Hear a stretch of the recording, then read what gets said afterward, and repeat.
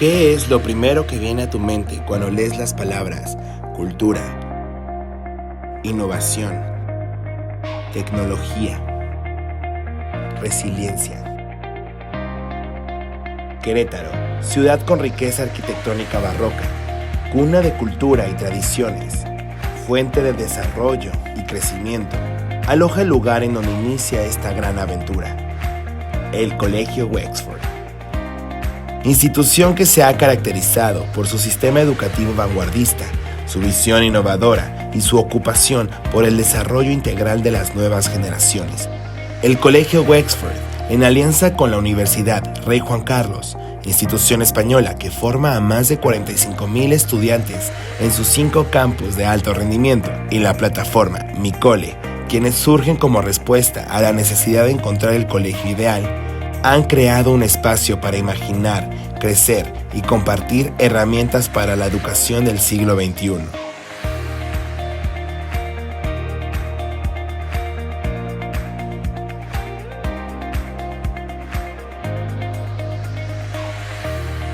Les damos la bienvenida a la primera edición del Foro Iberoamericano de Prácticas Educativas, FIPE. Imagina, crea, comparte. Muy buenas tardes, América Latina. Buenas tardes, México. Buenas noches ya en España. Les damos la más cordial bienvenida a nuestra primera jornada del Foro Iberoamericano de Prácticas Educativas, FIPE 2021. Crea, imagina y comparte. Soy Silvia Islas y es un honor para mí presentarles al maestro Rodrigo Cosío y su ponencia. Valores en el aula, proyecto y praxis. Rodrigo Cosío es especialista experimentado en comunicaciones de marketing, con un historial demostrado de trabajo en la industria de marketing y de publicidad. Es experto en estrategia digital, en dirección de arte, en marketing, en estrategia de marketing y marketing digital. Es un referente como profesional de esta área y cuenta con una licenciatura enfocada en comunicación y estudios de medios en la Universidad Intercontinental. Me da mucho gusto ceder el micrófono, darle la más cordial bienvenida al maestro Rodrigo Cosío. Pedimos a nuestros participantes que en caso de que tengan alguna pregunta o comentario para nuestro ponente, la compartan con nosotros en la opción de preguntas-respuestas. Adelante, maestro Cosío. Es un gusto recibirte. Muchísimas gracias, Silvia, por esa preciosa presentación. Muchas gracias al Colegio Wexford y al FIPE por invitarme a esta edición. Es un honor para mí estar aquí con ustedes. Y bueno, voy a tratar de platicar con ustedes por espacio de aproximadamente 1 hora acerca de un tema que me apasiona, que tiene que ver con los valores en el aula, los valores como se viven en el aula. Yo trabajo en una empresa que se llama 1I, que desde hace 10 años tiene la encomienda o se ha asignado esa tarea, esa misión de transformar la educación en México y en Latinoamérica. Y los valores son una parte muy importante de esa transformación. Y voy a explicar por qué a continuación. Voy a compartir pantalla para poder mostrarles una pequeña presentación que me irá sirviendo como guía a lo largo de la sesión. Ahí está, perfecto. Muy bien, bueno, pues como les decía, el título de esta charla es Valores en el aula, proyecto y praxis. Vamos a hablar un poquito del proyecto y vamos a hablar de la práctica, porque todo esto es importante, todo esto tiene que ver en cómo se viven los valores en el aula. Y para empezar a hablar de esto, voy a citar a un viejo filósofo conocido de todos, posiblemente. A ver, déjenme ver si aquí está. Bueno, pues el gran San Agustín de Hipona, uno de los principales exponentes de la filosofía medieval. Él escribió un gran bestseller en el mundo filosófico allá en el siglo IV, por allá en el siglo IV, en la Edad Media. Y su gran bestseller, el título de su bestseller es Las Confesiones de San Agustín. Y en el libro, por ahí del libro 11º de las Confesiones, él se aboca a hablar del tiempo y dice, ¿qué es el tiempo? Todos sabemos qué es el tiempo. Y San Agustín decía, bueno, si a mí nadie me pregunta qué es el tiempo, sé perfectamente lo que es el tiempo, pero si alguien me pide que lo defina, entonces no sé qué es. Bueno, pues una cosa un poco similar pasa con los valores. Si yo les preguntara a ustedes qué piensan que son los valores o qué son los valores, seguramente todos tendrían una opinión, alguna idea, un poco vaga. A lo mejor todos estaríamos de acuerdo en que los valores tienen que ver un poco con temas de educación, de inspiración religiosa, posiblemente católica o de inspiración cristiana, porque ese es el referente más inmediato que tenemos de los valores en la escuela, en el colegio. Es una asociación casi inconsciente que hacemos. O posiblemente todos pensemos, todos tenemos un tío o un abuelito viejito ya que refunfuña en las comidas familiares y seguramente dice, es que la juventud de hoy no tiene valores, ¿no? Los valores se han perdido, ya no hay valores, ¿no? Todos tenemos este tío, este abuelo que refunfuña porque ya no hay valores.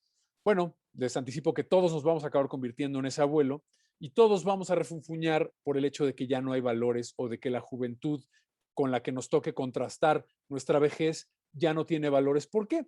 Porque los valores son cambiantes, los valores están en constante evolución, están en constante movimiento, no son cosas fijas, no es algo que permanezca inamovible en la cultura a lo largo del tiempo. Los valores van cambiando de acuerdo al lugar, de acuerdo a la cultura, de acuerdo a las costumbres, de acuerdo a los referentes.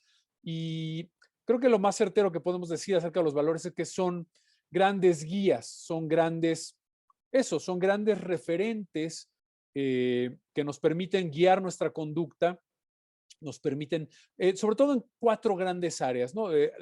Todos lo sabemos, la rama de la filosofía que se encarga del estudio de los valores se llama axiología, pero los valores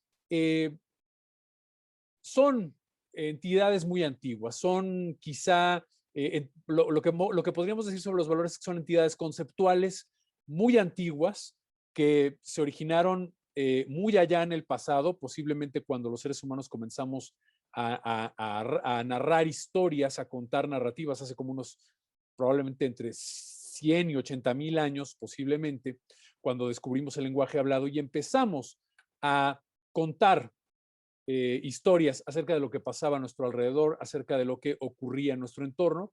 Y bueno, los valores son como estos principios de acción que refuerzan esas narrativas, que les dan injerencia en el mundo, que les dan sostén, que les dan y que nos guían a nosotros como actores en el mundo para materializar esas narrativas y para poderlas llevar a cabo en nuestras vidas. Entonces, como les decía, nosotros empezamos a contar historias hace unos 100,000, 90,000, 80,000 años posiblemente, cuando salimos de África y finalmente logramos entrar en territorio de lo que hoy es Europa, que estaba en aquel entonces pues habitado por los neandertales, pero al parecer ellos no tenían esta habilidad de comunicación que nosotros teníamos. Entonces, bueno, ellos acabaron extinguiéndose y nosotros, Homo sapiens, nos convertimos en la especie dominante. Y empezamos a extendernos por todo el mundo, contando historias, contando narrativas de, obviamente, pues los lugares a donde llegábamos, los animales que habitaban en esos lugares y poco a poco las historias se fueron volviendo más sofisticadas, poco a poco fueron adquiriendo mayor complejidad y los valores se convirtieron en estos guías, en estos principios de acción. Entonces son entidades conceptuales muy antiguas que no desaparecen, como podría pensar mi abuelito que puse en la lámina anterior. No es que desaparezcan o dejen de existir de la nada, simplemente van evolucionando, van experimentando metamorfosis, se van mezclando con otros valores según nuestras narrativas van entrando en contacto con otras narrativas. Pero bueno, en última instancia los valores son grandes, son como brújulas, ¿no?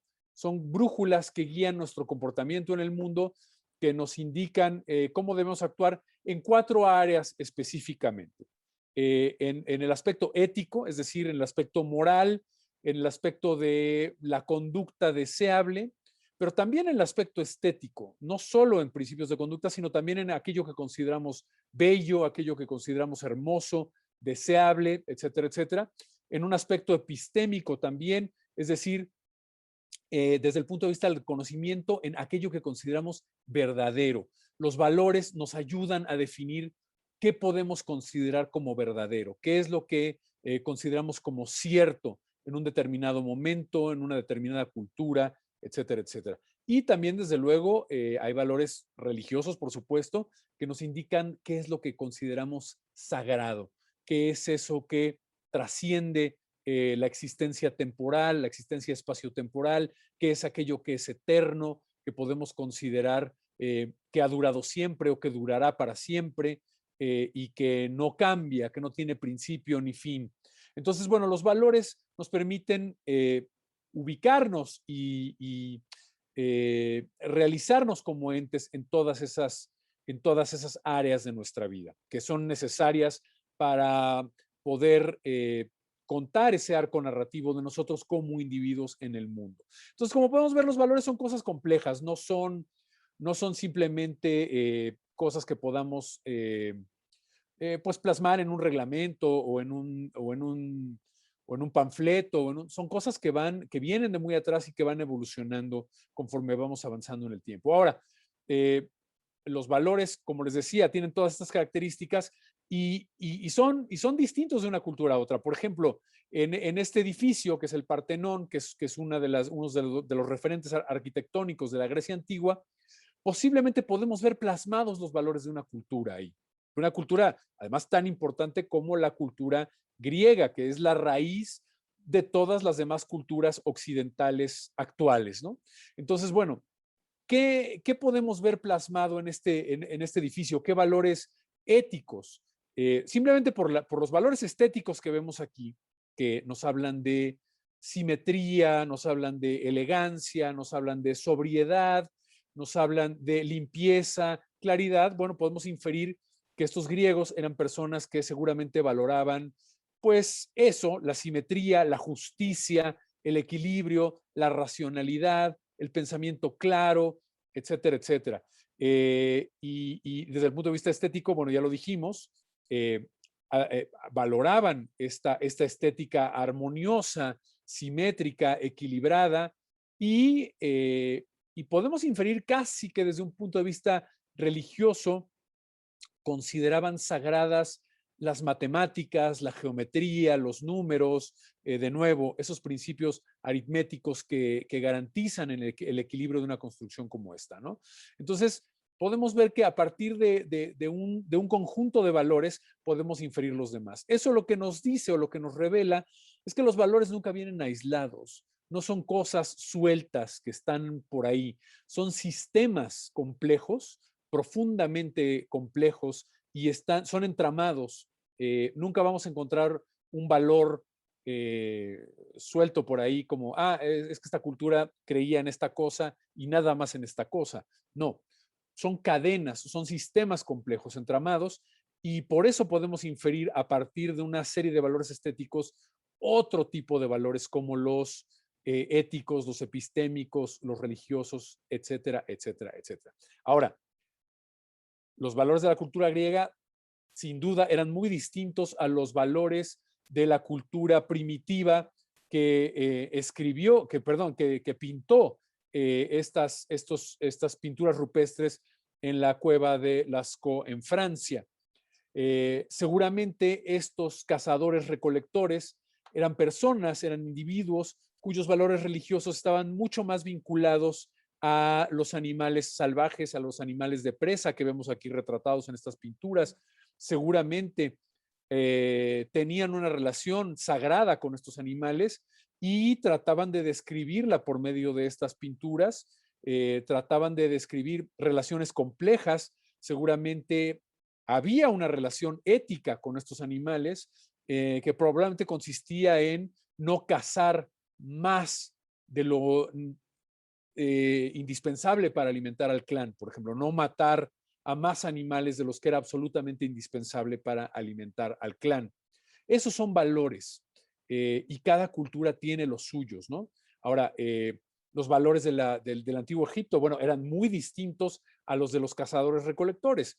Estos egipcios, como podemos ver en su arquitectura, bueno, tenían una mística, tenían una conexión con el cosmos, con la astronomía, era una cultura agrícola, era importante para ellos conocer los ciclos de las estaciones, los ciclos de la luna, los ciclos propicios para el cultivo de las tierras, etcétera, etcétera.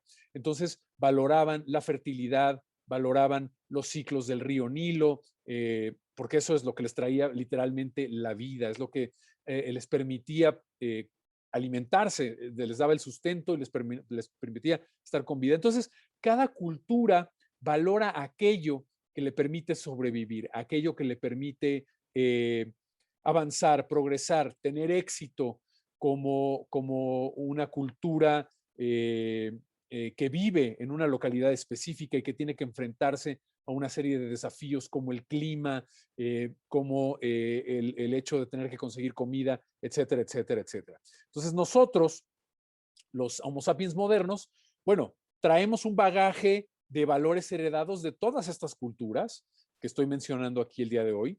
No es que nuestros valores hayan surgido de la nada, tenemos valores que hemos heredado de los cazadores recolectores que pintaron esas cuevas, que pintaron esas pinturas en la cueva de Lascaux. Tenemos valores heredados del antiguo Egipto y tenemos valores heredados también de la cultura griega clásica que edificó el Partenón. Entonces, es una cosa sumamente compleja porque todos estos valores han venido retroalimentándose, reconstruyéndose, mezclándose. Esa es otra característica de los valores, que tienen esta capacidad de mestizaje o de hibridación, ¿no? Nosotros, bueno, yo vivo en México y bueno, este mural es muy representativo de la cultura mexicana porque representa la raíz de lo que es la cultura del México de hoy y que se fraguó desde hace 500 años en este encuentro entre la cultura mexica, la cultura azteca y la cultura hispánica, principalmente castellana y extremeña, que fueron pues las culturas que llegaron a conquistar estas tierras mexicas hace aproximadamente 500 años, ¿no? Entonces, bueno, este choque de culturas genera un mestizaje, genera para empezar una mezcla de narrativas. Hay una narrativa que era la narrativa propia de este caballero que viene en la armadura montado a caballo con la espada fraguada en metal, etcétera, etcétera. Y hay una narrativa completamente distinta que es la de este caballero águila que tiene pues no es una armadura porque, vaya, no está hecha de metal, pero es un traje guerrero hecho de plumaje, con su casco de águila, etcétera, etcétera. Y este choque de culturas genera un choque de narrativas y ese choque de narrativas genera un mestizaje de valores, un mestizaje, una hibridación de valores, que de alguna manera genera también una especie de neurosis cultural, porque hay valores contradictorios aquí. Entonces, cuando dos culturas chocan de esta forma, pues no hay manera de garantizar que el resultado va a ser prolijo, como dirían nuestros compañeros argentinos, algo limpio, así impecable, pulcro, que va a caminar por sí solo sin contratiempos. No, muchas veces se generan culturas con profundas neurosis culturales, con profundos, diría Jung, con una sombra complicada, ¿no? Y bueno, se requiere un trabajo sistemático de todo el pueblo y de toda la cultura, y bueno, en particular de los intelectuales de dicha cultura, para ir pues desentrañando, ¿no? Todas esas neurosis y todos esos tapujos psicológicos que quedan ahí a raíz de estos choques complicados, ¿no? Entonces, bueno, y esos choques y esas neurosis desde luego afectan la realidad económica, la realidad política, la realidad social de los pueblos. En Latinoamérica, tenemos una realidad muy compleja por esta imagen que estamos viendo aquí en la pantalla, ¿no? Entonces, bueno, digo todo esto y cuento todo este background simplemente para dejar claro que los valores tienen este grado de complejidad. No es algo que podamos abordar así nada más de entrada y pensar que es algo simple. Es algo muy complejo, pero poco a poco vamos a ir profundizando en el tema y vamos a ir viendo cómo los valores pueden ser de alguna manera vividos en el aula, trabajados en el aula, incluso seleccionados para ser trabajados de una manera específica. Entonces, bueno, cabe decir que para que los valores funcionen, para que una narrativa funcione, se requiere un acto de fe profundo. Es decir, los miembros de una cultura tienen que tener fe en la narrativa que su cultura les está proponiendo. No es posible ser escéptico y al mismo tiempo vivir esa serie de valores. Cuando uno no cree en la narrativa propia de su cultura, de alguna manera ya no participa totalmente en el sistema de valores y empieza a encontrar otras narrativas y otros sistemas de valor. Lo que sí es imposible es vivir sin una narrativa. Eso nadie lo puede hacer. Todos tenemos una especie de, digamos que la narrativa es el sistema operativo con el que nos relacionamos con el mundo, ¿no? Entonces, y todos tenemos fe, todos creemos que nuestra narrativa, todos creemos que nuestros valores son los valores ciertos. Ahora, eso se logra por medio de los símbolos, se logra por medio de los arquetipos, se logra por medio de las mitologías. De nuevo, insisto, es algo muy complejo, no, es un tema fascinante, no nos daría la vida para abordarlo con total profundidad en una charla de 1 hora, pero es importante que tengamos esta idea para que cuando lleguemos al aula veamos cómo se da esta dinámica compleja en el aula. Entonces, de alguna manera lo que quiero decir es que todos somos como Harry Houdini, todos estamos atrapados, todos estamos encadenados por nuestra cultura, todos estamos enmarcados por esta narrativa en la que nacimos y es muy difícil poderla ver. Se requiere un talento como el de Houdini, se requiere un talento de escapista para poder escapar a nuestro marco cultural, a nuestra propia narrativa, poder salir de ahí y poder realmente ver la narrativa en la que hemos sido criados, en la que hemos sido formados, en la que hemos crecido y poder hacer una lectura crítica de esa cultura, de esa narrativa. Desafortunadamente, la mayoría de los seres humanos creemos que la cultura en la que fuimos criados es la correcta y que los valores que nos inculcó nuestra cultura son los valores correctos. Y no necesariamente eso es verdad, ¿no? Tenemos pruebas a lo largo de la historia de terribles, pues de terribles atrocidades cometidas en el nombre de narrativas culturales que habían inculcado valores muy bien estructurados, muy sistematizados y que hicieron una transmisión de valores muy potente, muy fuerte, con mucha convicción y generaron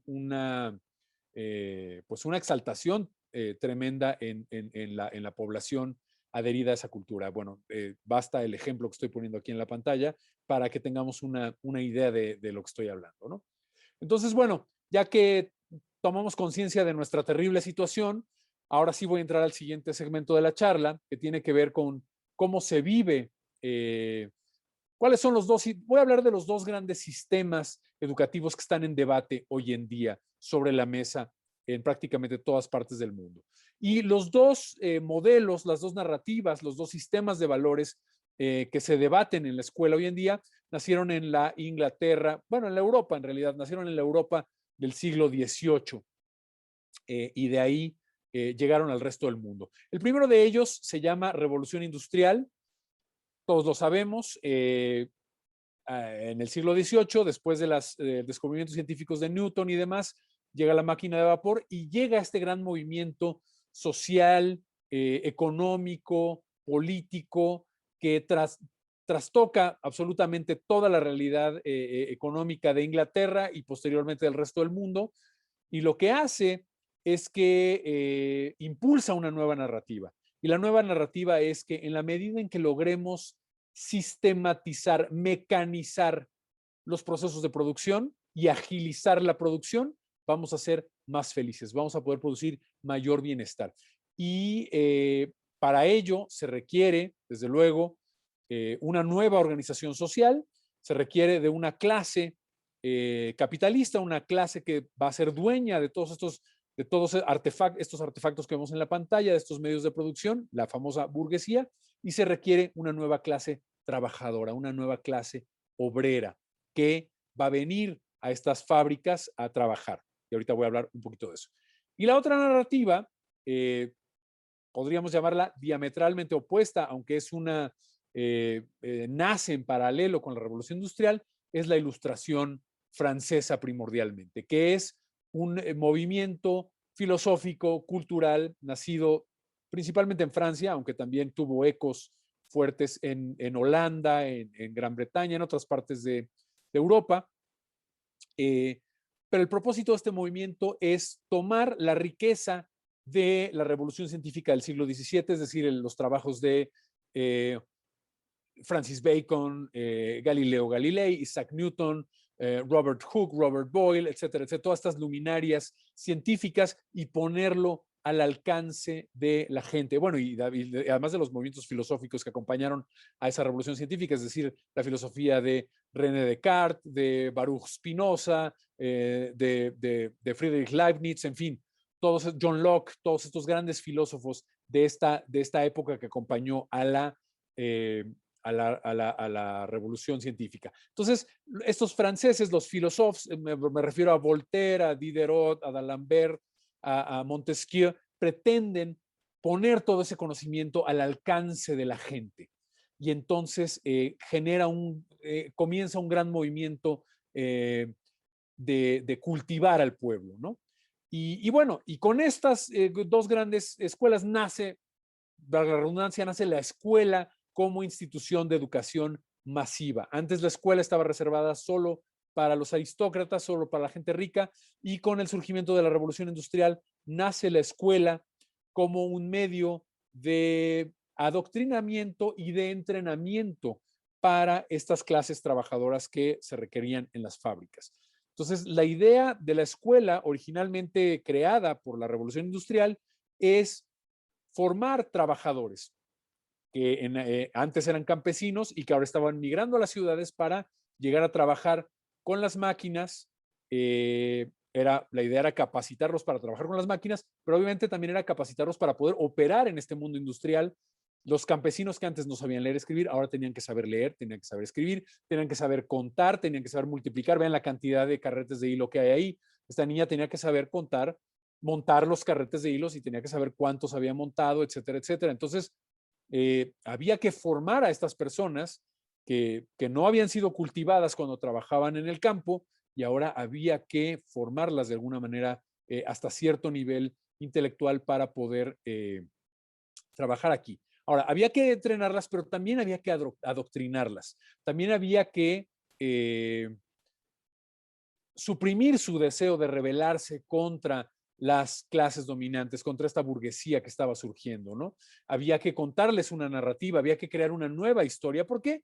Porque cuando estos niños vivían en el campo, cuando eran campesinos o sus abuelos habían sido campesinos, bueno, la narrativa era que ellos trabajaban para el rey porque el rey era un descendiente divino, era un descendiente de Dios o había sido elegido por Dios.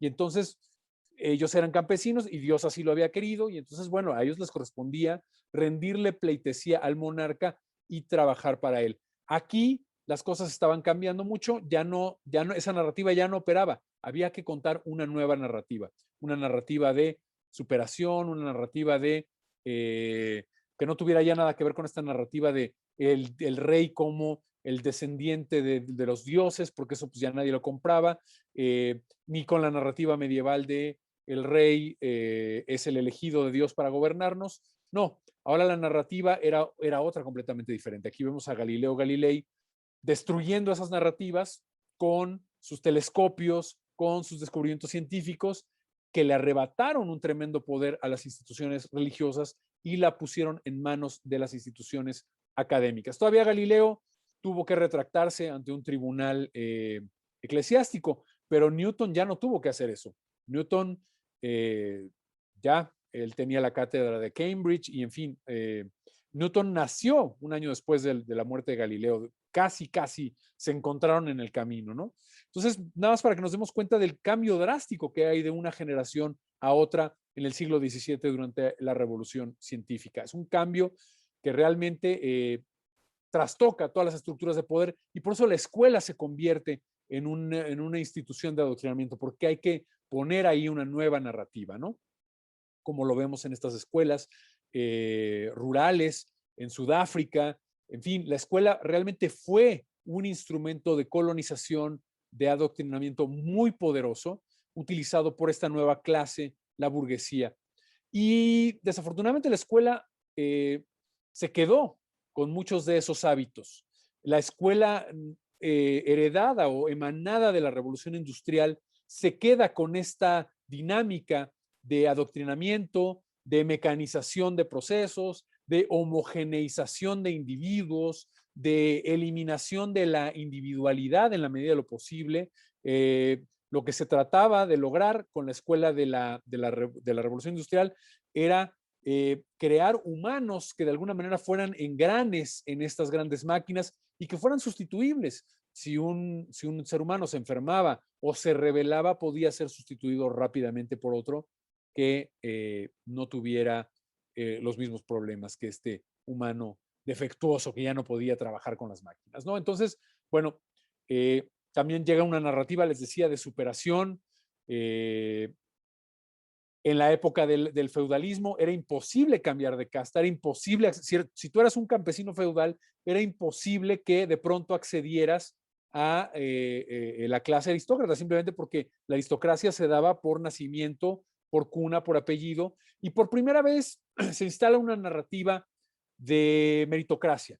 Por primera vez se instala una narrativa de, oye, tú eres un obrero, pero si trabajas lo suficiente, si amasas un poco de capital, si logras comprar algo de maquinaria y abrir un negocio, si tienes esa inteligencia, ese ingenio, puedes llegar a convertirte en un gran capitalista, en un hombre rico. Y esa narrativa también la escuela se encarga de ponerla ahí como un anzuelo muy atractivo para las clases trabajadoras. Las clases trabajadoras querían ser como la burguesía, cuyo otro valor era el consumo. La burguesía, por primera vez, se podía acceder, el poder adquisitivo que en la aristocracia estaba dado, aquí se podía adquirir. Entonces es un valor importante de la escuela de la meritocracia.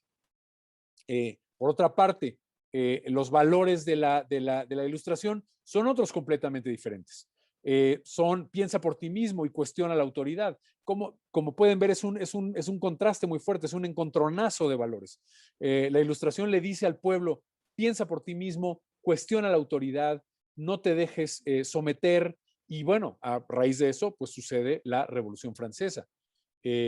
Y a raíz de eso surge una escuela completamente diferente. Vamos a ver aquí las dos narrativas y los dos tipos de escuela que hoy en día se debaten el escenario pedagógico, el escenario educativo. Desde luego, la ilustración genera una escuela donde los estudiantes guían su propio proceso de aprendizaje, pueden cuestionar al docente, no tienen que sentarse callados sin hablar, pueden realmente intervenir sus procesos de aprendizaje, pueden opinar, pueden cuestionar, pueden investigar, están abiertos a un proceso de descubrimiento, no de simplemente estar ahí sentados recibiendo información, ¿no? Entonces, bueno, ya me pasé, pero bueno, hay 5 valores fundamentales que la ilustración pone sobre la mesa, que son la razón, la ciencia, el progreso, la libertad y la tolerancia.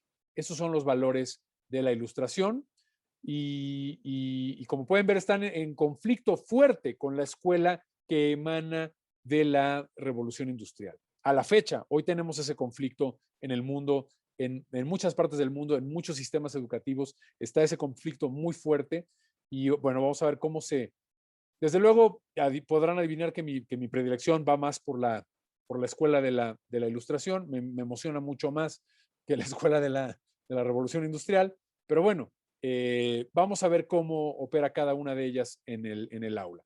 La primera, la escuela de la revolución industrial, podemos describirla con esta imagen. Este es el símbolo pedagógico de la escuela de la revolución industrial. Es una jarra de agua que vierte su contenido en un recipiente vacío.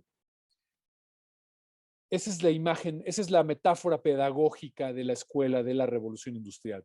El alumno, que en latín alumini significa el que no tiene luz, el alumno es un recipiente vacío, no tiene contenido, no tiene acervo, no tiene nada.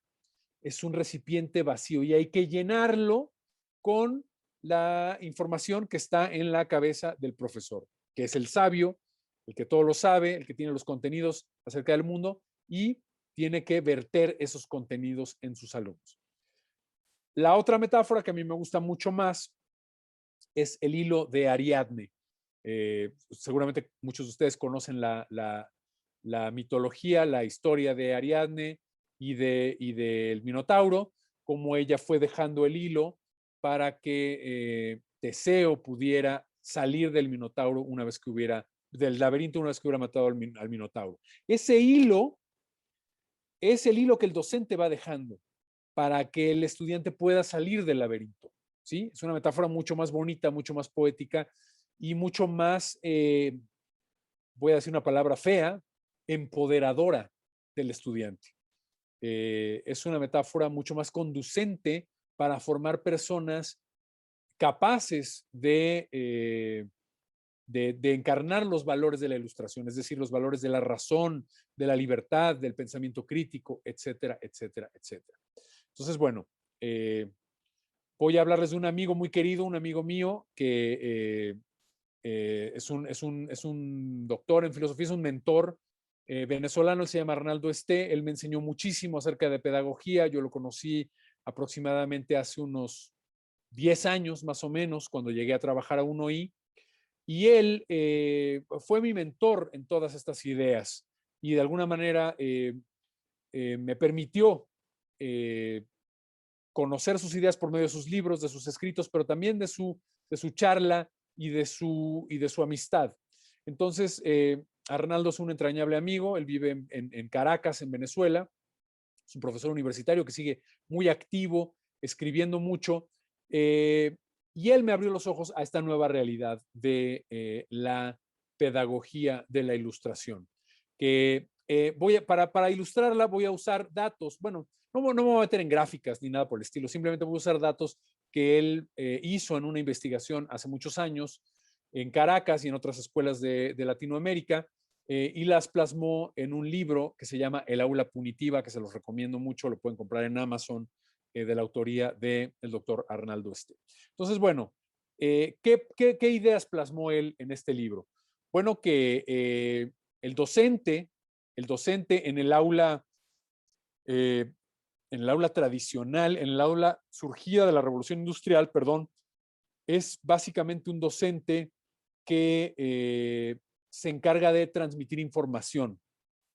Su labor primordial es esa, transmitir información, como si en la era digital la información no estuviera en todos lados, como si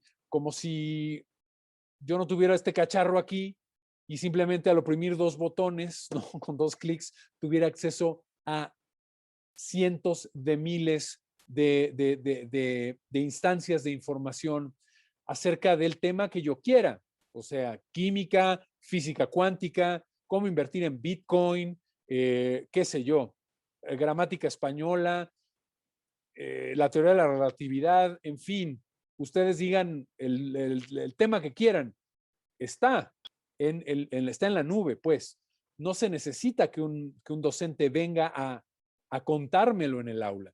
El aula es un espacio que podemos aprovechar para hacer muchas otras cosas, particularmente la interacción social, que es fundamental para el aprendizaje, como ya nos lo decían los constructivistas como Vygotsky y tantos otros. Voy a tomar un traguito de agua y ahora continúo, permítanme. Entonces, el docente del aula tradicional no solo tiene que informar, que es su función primordial, pero también tiene que reforzar los valores del control, de la disciplina, el control del grupo. Tiene que hacer funciones de policía de alguna manera. Se la pasa, digo, lean el aula punitiva de Arnaldo Esté, las estadísticas y la cantidad de datos que presenta ahí. Sus investigadores se metieron a aulas en toda Latinoamérica y contaron las veces, fíjense, contaron las veces que un docente tiene que callar a los alumnos en una clase. Todos los maestros del aula tradicional pasan cantidades ingentes de tiempo silenciando a sus alumnos, pidiéndoles que se callen, disciplinándolos, regañándolos porque hablaron con el compañero, mandándolos a la dirección, expulsándolos al patio, amenazándolos con que van a reprobar el examen. En fin, de verdad es penoso que el docente tenga que hacer esta labor de policía, como si fuera un policía antimotines que se enfrenta y tiene un arsenal, o sea, y el doctor Esté lo describe en su libro, tiene un arsenal de recursos como la amenaza de te voy a reprobar, el examen sorpresa, en fin, ¿qué les cuento? Todos nosotros lo vivimos en el aula miles de veces cuando fuimos a la escuela. A mí incluso me tocó el castigo corporal. Yo fui a una escuela, fíjense, en plena década de los 80, ¿no? En la Ciudad de México. A mí todavía me tocó que un profesor me golpeara, y lo hacía sistemáticamente, no solo a mí, a todos los alumnos, nos golpeaba con un metro de madera cuando hablábamos en la clase, por ejemplo, ¿no? En fin, cosas de la vida, ¿no? Hoy en día, pues, espero que sea inconcebible que eso suceda en una escuela, pero quién sabe, seguramente sigue pasando en algunas aulas del mundo, ¿no? No me atrevería a decir que ya está erradicada esa práctica. Entonces, bueno, el aula tradicional tiene esto, ¿no? Y es un poco feo en ese sentido porque podemos estar haciendo las cosas de otra manera. Ahora, voy a hablarles de una metodología, me voy a enfocar ya de lleno en el aula de la ilustración, en el aula de la nueva escuela, en el aula de las pedagogías activas, ¿no? Y me voy a enfocar de lleno en eso porque estamos llegando se me está acabando el tiempo. Yo podría seguir hablando de esto toda la tarde, pero voy a meter el acelerador para platicarles cómo podemos realmente cultivar los valores de la ilustración en el aula del día de hoy. Y les voy a hablar de una metodología que diseñó el doctor Arnaldo Esté, que originalmente en UNOI la adoptamos como propia. Él la diseñó para UNOI, de hecho, y se llamó interacción constructiva. Es una metodología que ha venido evolucionando a lo largo de los años y con base en el trabajo que hemos hecho en el equipo de UNOI, desde luego se ha ampliado, ha evolucionado, ha crecido, se ha desarrollado en diferentes aristas y hoy se ha convertido en algo más complejo de lo que planteó originalmente el doctor Esté. Pero me voy a concentrar en los momentos fundamentales de una clase llevada adelante, no dictada, porque no se dicta, una clase articulada con los recursos de la pedagogía UNOI. ¿Y cómo comienza esto? Bueno, pues comienza con una pregunta.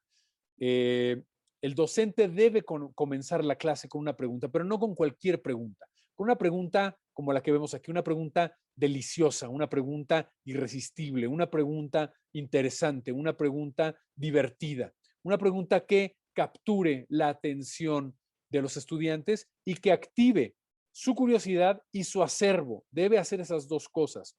¿Y por qué su acervo? Porque aquí vamos a hablar de un valor muy importante. Vamos a hablar del valor de la dignidad. En el aula tradicional, ese proceso de homogeneización de los estudiantes requería que fueran privados de su dignidad, que no fueran tratados como individuos, sino como números. Todos eran iguales. Acá no. Acá en el aula de la ilustración, el estudiante es un ser humano completo, es un ser humano que llega a la clase con un acervo, no es un recipiente vacío, trae ya una historia, trae ya una psicología, trae ya una serie de relaciones y de emociones que entran en juego en el proceso pedagógico y el docente debe estar consciente de esa realidad de cada estudiante. Nadie ha dicho que sea fácil, es de hecho un trabajo más difícil que simplemente ponerse a dictar contenidos o simplemente ponerse a hablar de las fechas o los lugares o las fórmulas. Es un trabajo mucho más íntimo, mucho más humano, mucho más profundo, este que tiene que hacer el docente del aula de la ilustración. Tiene que poner en juego esa activación del acervo de sus estudiantes e inmediatamente después le tiene que dar espacio al estudiante para que reflexione. Es decir, el docente provoca y se retira y permite esto que está pasando aquí en esta imagen, que es que el estudiante está reflexionando acerca de la provocación que acaba de recibir por parte del docente. ¡Pum! El estudiante no lo esperaba. La pregunta lo tomó por sorpresa o la pregunta capturó su imaginación. La pregunta realmente lo cautivó y lo lanzó, lo catapultó a esta contemplación. Eso es lo que tiene que pasar en el aula de la ilustración. Y aquí estamos trabajando valores de una manera muy profunda. Como verán, trabajar valores en el aula no es dar una prédica sobre valores, no es decir, a ver, hoy vamos a hablar sobre la dignidad. No, la dignidad se tiene que practicar y se practica de esta manera. Es una manera de hilvanar el valor en la práctica pedagógica misma y de vivir el valor cotidianamente, porque esa es la manera como se transmiten los valores, no hablando de ellos, sino viviéndolos. Eso es algo que podría parecer obvio, pero no sucede así en la mayoría de las escuelas del mundo, ¿no? Entonces, bueno, esto tiene que suceder, se tiene que activar este acervo, se tiene que activar esta curiosidad y se tiene que dignificar al estudiante al darle un espacio para que traiga a la mesa sus propias reflexiones, sus propias emociones, sus propias experiencias y que las plasme en una hoja de papel o en un dibujo o en un dispositivo digital, no importa, hoy en día los chicos llevan dispositivos a la clase y está perfectamente bien, lo puede hacer en una tablet, en una computadora, da igual. Lo importante es que tenga el espacio para realizar esta reflexión profunda y esta activación de su acervo. Una vez que hace esto, el estudiante entra en un momento de sociabilización, entra en un momento en el que va a compartir con sus compañeros eso que reflexionó. Y de nuevo, aquí se trabaja el valor de la dignidad. De nuevo, ¿por qué? Porque al escuchar yo a mis compañeros los estoy dignificando y ellos al escucharme me están dignificando a mí. Pero además de eso vamos a trabajar otros valores importantes como la ilustración lo dice un poquito feo, dice la tolerancia. No basta tolerar al otro, hay que aceptarlo y hay que acogerlo, hay que abrazarlo, hay que aceptarlo como parte de mi propia realidad. Y eso sucede en este momento.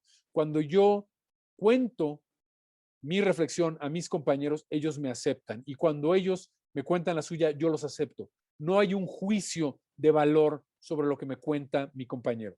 Puede haber un juicio crítico, puedo no estar de acuerdo con lo que opina mi compañero, pero no hay un juicio de valor en el sentido de que yo vaya a hacer una descalificación de lo que mi compañero está planteando o diciendo. Entonces, bueno, se trabaja esto y ya que los compañeros han puesto en común sus reflexiones, sus inquietudes, se pasa a un siguiente momento que es de indagación. Se hace una indagación más profunda, como podemos ver aquí, ahora sí en dispositivos digitales, en tabletas, en computadoras, en libros, se le puede preguntar al profesor, se le puede llamar a alguien por teléfono, en fin, la indagación puede suceder en todo tipo de formatos. La idea es ir a fuentes más profundas, a fuentes ahora sí más autorizadas, pero no necesariamente tiene que ser un catedrático de Oxford a quien le vamos a preguntar. Puede ser Wikipedia, vamos. O sea, y eso sí, hay que contrastar lo que se indaga con lo que sabe el docente, con lo que saben nuestros compañeros, con otras fuentes, con la familia, etcétera, etcétera, etcétera. El valor que estamos trabajando aquí es el pensamiento crítico, es la indagación, la razón, etcétera, etcétera, etcétera. Y luego viene una puesta en común. Ya que se ha hecho la indagación, se hace un trabajo en equipo de hacer una presentación, pues. Y aquí, de nuevo, se siguen trabajando estos valores en el aula de aceptación del otro, de respeto, de escucha atenta, etcétera, etcétera, etcétera. Y también hay valores de pensamiento crítico porque vamos a instalar en el aula esta idea de que se puede no estar de acuerdo con lo que está presentando el compañero. Pero eso no significa que tengamos que ser agresivos ni ofensivos hacia la persona. Podemos, con toda la civilidad del mundo, hablarle a nuestro compañero y decirle, oye, fulanito de tal, mira, yo no estoy de acuerdo, me agradezco lo que me estás presentando, yo no estoy de acuerdo por esto, por esto, por esto, por esto, y hacer un trabajo de argumentación de por qué no estoy de acuerdo, y luego darle el derecho a réplica al otro para que me responda. Y en una de esas me convence, ¿eh? En una de esas me doy cuenta que yo había un aspecto de este tema o de esta parte de la realidad que yo no estaba contemplando, que yo no estaba viendo, ¿no? Entonces, bueno, después de este momento viene una recapitulación por parte del docente, quien de alguna manera recapitula todo lo que se ha aprendido en la clase y finalmente en un OI siempre dejamos un espacio de valoración o de autoevaluación. Dejamos que los estudiantes se evalúen entre sí, pues se evalúen individualmente y luego se evalúen entre sí y que opinen acerca del desempeño de sus compañeros y den una retroalimentación objetiva acerca de lo que sus compañeros han hecho. Y nos hemos dado cuenta de que esto es profundamente valioso, realmente construye, hace un trabajo de valores profundo en los estudiantes y habilita una dinámica nueva en el aula, una verdadera dinámica de una nueva escuela, de lo que nosotros creemos que van a requerir los ciudadanos del siglo XXI. ¿Por qué? Porque el siglo XXI pues, es un tiempo muy complejo, ya nos lo dice Yuval Noah Harari en 21 lecciones para el siglo XXI.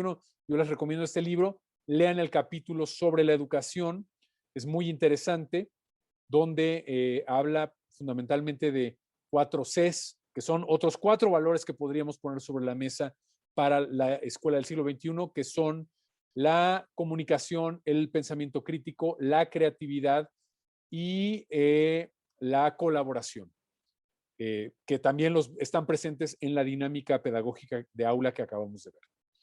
Y bueno, para cerrar, me quedan unos minutitos, 3 minutitos, les diré que instituciones muy tradicionales como la propia Iglesia Católica están comenzando a voltear a ver este nuevo modelo. El Papa Francisco hizo un llamado justo antes del inicio de la pandemia a un pacto educativo global, hizo un llamado a todos los colegios católicos y de inspiración cristiana y a la sociedad en general a articular pedagogías que pongan al estudiante en el centro del acto pedagógico, que es fundamentalmente lo que les acabo de contar con esta estructura de aula inspirada en los valores de la Ilustración. El estudiante es el centro del proceso pedagógico, el docente cobra un rol mucho más periférico, mucho más de facilitador. Es un rol, se los dije hace rato, es mucho más complejo que el de simple transmisor de información, pero es un rol mucho más conducente para hacer un trabajo de valores profundo y realmente valioso en el aula del siglo XXI. Entonces, bueno, vienen tiempos muy complejos, no es secreto para nadie. Vienen narrativas, estamos en una crisis narrativa. La humanidad está sumida en una crisis narrativa. Vienen narrativas transhumanistas, inteligencias artificiales, etcétera, etcétera. Entonces, bueno, los invito a hacer un trabajo en valores sólido en el aula y les agradezco mucho su atención. Eso es todo de mi parte. Magistral exposición, maestro Rodrigo, extraordinaria conferencia y pues nos da mucha luz sobre la praxis en el aula. Y bueno, tenemos algunas preguntas, lo felicitamos también. Nos pregunta la maestra Mónica Zárate si con esta gran perspectiva de los valores culturales, desde su opinión, desde su praxis, ¿qué valores actuales son los que debemos fomentar y enaltecer? Además de los heredados por las grandes culturas. Bueno, los valores heredados de las grandes culturas llegan a nosotros a través del tiempo, pero como les decía hace un momento en la última lámina, lo dije un poco rápido, pero me parece que tenemos que cultivar valores, desde luego, valores profundamente humanistas, porque estamos en una crisis de valores humanos. Los valores humanistas a los que me refiero son los que mencioné a lo largo de la charla, es decir, la dignidad, el respeto al otro, la aceptación del otro, el respeto de la naturaleza. El Papa Francisco pone ahí un énfasis fuerte, fuerte, fuerte. La crisis ambiental es una gran amenaza para la supervivencia de la humanidad. Tenemos que hacer un frente común y realmente poner el respeto a la naturaleza como un estandarte muy importante en el trabajo de valores que hacemos en el aula. Y bueno, los valores que ya comenté, ¿no? Los que mencioné cuando puse la portada del libro de Harari, que son la creatividad, la colaboración, el pensamiento crítico y la comunicación. Cuatro Cs que nos dan una brújula de valores que van a ser clave para nuestros estudiantes en el siglo XXI. Gracias. Y tenemos una pregunta más. Desde su óptica, desde su experiencia, ¿de qué manera se puede hacer consciente a nuestros alumnos, a estas nuevas generaciones del siglo XXI con tanta tecnología, de la necesidad de hacer un cambio tan radical en la praxis justamente de los valores, por ejemplo, el amor, y cómo está repercutiendo esta carencia de valores en la sociedad actual, especialmente en las nuevas generaciones? No, el impacto es durísimo, el impacto es muy fuerte, estamos totalmente absortos en nuestros dispositivos digitales, estamos perdiendo el contacto humano, estamos perdiendo esas expresiones de afecto. Ahora la pandemia agrava las cosas porque se supone que no nos podemos abrazar, en fin. Pero bueno, las personas que viven en casa con sus hijos, trabajen esto. Inventen ritos, ¿no? Así como la escuela tiene ritos para transmitir valores, ustedes en casa inventen ritos. Es decir, sean muy disciplinados con el uso de los dispositivos. Ningún dispositivo a la mesa, pero cúmplanlo y cúmplanlo todos. Es decir, que haya por lo menos una comida en común en casa, con toda la familia reunida todos los días. Y no hay dispositivos en la mesa. Nadie puede llevar un celular a la mesa. Y no hay justificaciones de es que estoy trabajando, es que no. Hay que tener momentos sagrados en la familia y procurar ese contacto humano, procurar la construcción de esos valores de amor, de cariño, de escucha, de dignificación del otro. Es importantísimo. No lo perdamos, por favor. Sé que es fácil irnos con la inercia, pero hay que hacer un esfuerzo. Y utilicemos este foro como para hacernos ese autollamado de atención y tomar una determinación. Me parece que es importantísimo que lo hagamos. Y una pregunta más, desde su experiencia y óptica, ¿será que tiene que haber una materia especialmente para los valores o en los contenidos académicos, que también es una realidad que nuestros profesores están sobrecargados de contenidos, poder transversalizar la praxis de la axiología, de los valores, de las virtudes? Como lo dije en la ponencia, yo creo que los valores tienen que venir hilvanados en la praxis misma de las actividades de aula, en la pedagogía misma. No creo necesario generar un contenido sobre valores y dar una prédica sobre la amistad. A ver, hoy vamos a tener clase de amistad y yo me voy a poner a hablarles de qué es la amistad y qué escribió Aristóteles sobre la amistad. Y no, eso no sirve porque no se vive el valor. De nuevo, soy yo tratando de transmitirles una información que no va a perdurar, no se va a quedar, no va a tener arraigo. El valor de la amistad hay que vivirlo en la práctica pedagógica cotidiana. Es decir, el docente tiene que fomentar esos lazos de amistad entre los estudiantes al formar estos grupos de trabajo, al invitarlos a la colaboración, al fomentar el buen humor en la clase, la ligereza, el respeto entre los compañeros. O sea, ese ejemplo, el ejemplo lo pone el docente. Y me parece fundamental que hagamos ese cambio de chip del docente como policía que tiene que controlar al grupo, al docente como formador de seres humanos y como ejemplo y como ser humano que se pone ahí, él se pone ahí delante de todos estos niños como un modelo a seguir, ¿no?